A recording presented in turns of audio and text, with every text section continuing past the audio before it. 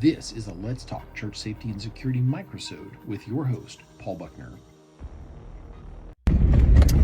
Good morning, sheepdogs. So let's talk about a medical emergency in your bathroom at your church. So let's say that I'll give you 2-3 different scenarios real quick. So you've got a young mother comes up to you and says, I sent my son into the bathroom. He's not come out. You take her in with you, which I would advise with a young mother situation. You take her in with you, make sure to clear the way, whatever you got to do. You find the stall door is locked. Now this has application across my scenarios. So another scenario is someone's gone into the bathroom, the wife's concerned, the husband has, I'm using I guess male medical incidents, but the husband is in the bathroom stall, he's unresponsive, and you're thinking he's having a medical event. And for the sake of this scenario, he is having a medical event. Can you open the stall door? If it's a one hole, as a friend of mine calls it, bathroom, if it's a one-seater, if it's a single occupancy bathroom, can you get in the door? Can you get in the door of that bathroom without finding somebody from facilities? Now, you may not be at a bigger church where that's a concern, but is there anyone who can open that stall door? Now, in some cases, stall doors are designed to be opened by a porter, or there's a special tool. Most of these are to be had on like Amazon.com. And believe it or not, it's amazing what you can find on Amazon.com. And so anyway, you can find these online. But I'll give you a scenario. I was at an event. I was actually at a chaplain's class a couple of years ago now. While at this class, or maybe a year ago, at this class, a woman was not able to get into the restroom. Someone had left the restroom, and somehow the door had locked behind her, and it was not designed to. And so I stepped over there, and the manager they were looking for the manager, and she said, "There's nobody in there. I really need to go to the bathroom. I've been holding it to not miss any part of the class." And I looked at the door lock, and I said, "Well, if you don't mind me trying, I think I can open that with my multi-tool." And I just inserted one of the bits on my multi-tool right into the outside of the lock, turned it, and it opened like it was supposed to. That's not always going to be the case. I have seen some very odd restroom doors with very specific door locks where you're like, wow, that is a strange ombre. But it's something worth thinking about. So let's go back to that medical event. It isn't just the door lock, of course, but first and foremost, you got to get inside of that door. And if that person is unresponsive, they're having a seizure, they've passed out, they're having a heart attack or a stroke, all these things are possible. You may be dealing with something in a very tight confine, and it's things worth thinking about. Recently I was at, and I still haven't done a video on this, and I need to, that's forthcoming, but I was at a medical event with a law enforcement officer, and the individual who was having the medical event was quite large. Imagine that inside of the confines of a bathroom stall, and you're trying to get him out of there. Let's say that there was a leak in the bathroom, somebody didn't see it, slipped and fell. Now you've got a head injury, a neck injury, as they say, a C-spine injury, whatever. You've got something like that going on while you are also trying to render medical aid in a slippery environment. So you got to be careful with other people. You don't want to start stacking casualties, literally. And we could slip and fall and injure ourselves. And as I mentioned recently, Michael Holland really made me think about that. Self-sacrificially, we'll go charging in as sheepdogs, when in some cases taking that extra moment is worth it. I have a law enforcement friend that actually was running to a rollover wreck down a pretty steep incline away from the roadway and messed up his knee to the point that he was a casualty. That happens. Like, that legitimately happens in situations. So what is in the immediate environment around you when you're trying to do that, especially in a bathroom?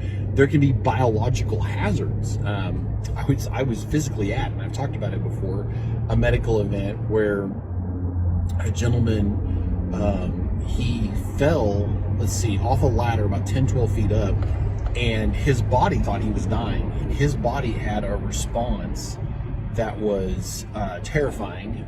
He had a massive amount of blood loss. The red Kool-Aid was escaping in volume.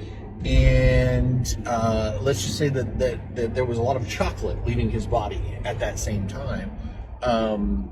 That was an immediate biohazard. And you may be in a contained environment where you have limited mobility. So think about medical events in your bathroom. Can you get the door open? And before you say, well, we'll just go under the stall door, not all of us are built to go under stall doors. I have friends that don't have an ounce of body fat on them. They're just very large men, and they're not built to go under a stall door. I could do it now. There have been times in my life where I couldn't have, at least not easily. I would have been wriggling my way in. And so you can end up in a situation where maybe no one is built to go underneath that stall door. And sending a kid in might be a bad idea if it's a particularly rough situation. Not having to crawl underneath that door if there is some kind of a biological hazard might be advisable. You don't want human waste, blood, vomit down the front of you, especially with some of the things that we can get into. So I know it seems maybe a little silly to talk about the fact that we might need to take that moment and be prepared. I had a situation years ago that really got me thinking. I was with a young police officer, a young mother calls. She's terrified. Her son has locked himself in a back bedroom, and she can't get him out of the bedroom. He won't come to the door. She started panicking. The dog started barking. She's trying to get the dog to shut up. The kid starts crying. The kid won't come in and open the door. The kid was old enough to come and open that door. And when I was a kid, that would have gotten me in a lot of trouble. And so we get there, and the person who had owned the house before her, had put an actual outside house door lock on this door, which was very strange on this room. And I think they must have kept some valuables in it, because from the inside you could open it, but from the outside it was keyed. It was an actual keyed outside door lock. And I got to looking at that, and so I was able to take my knife blade and slide it in, and there was a trim piece. I was able to get it in there and actually able to slide my knife in and compromise the door lock and get it to open. And so I got to be the hero in that moment. And after that, I started carrying like those little, like a bedroom door, bathroom door, little key insert.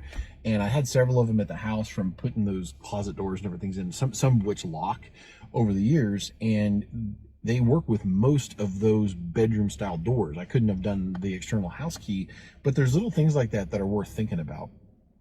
And if a kid is throwing a tantrum, and that's my final thought on this, and this isn't really so much about the bathroom, but let's say you've got a mechanical room, and who in your church has the key to that mechanical room? Is it keyed to the outside door? It's what we did at my last church. Was if you were trusted enough to have a key to the outside of the building, we decided to trust you enough to have a key to that mechanical room. It didn't backfire very often, but I would go through and make sure that they were all locked before services. That way it would be harder for a kid to go in there and to go in there and shut the door behind them and lock it. And of course, there's all kinds of things that end up in your mechanical room or a storage area that maybe you don't want. And I don't know about you, but when I was a kid, I loved to explore, and the idea of secret passages and getting into and around places that I shouldn't be was just deeply fascinating to me. So kids will be kids and maybe try to get to places that they shouldn't get. So can you get into that room? If you can't, who can? Are they available at all times? How quickly can they get there? Are you prepared to get somebody out of that bathroom stall or whatever, and thinking about what that's going to look like, especially if they're a large individual? And unfortunately, let's face it, the more weight we pack on as people, it can actually set us up for medical events. And that is not that's not an insult. I'm very careful with my body weight for that reason, because in my family, there are a number of men who've died young due to not taking care of themselves, and I'm not going to do that to my family. God willing. And so are you prepared to get into that bathroom stall? Do you have a way to get into that bathroom stall, assuming the medical event is in the bathroom? And if it is, and let's assume the person slipped and fell, or there's a biohazard situation, just understand you may be wading through whatever you have to wade through to get to that person to help them. And I've seen things where people were choking on their own vomit. And I know that's a very unpleasant thing, but a lot of the stuff that we talk about and deal with in the church safety world is unpleasant. And the fact that we could be there and prepared to do what we need to do is going to make all the difference. So anyway, may the Lord bless you and keep you. May His face shine upon you. Remember, Semper Disciplina, that lifestyle of discipline training. I got to go get some coffee and put some push water in the fuel tank. God bless. If you enjoyed this microsode, check out the video and audio versions of the Let's Talk Church Safety and Security podcast.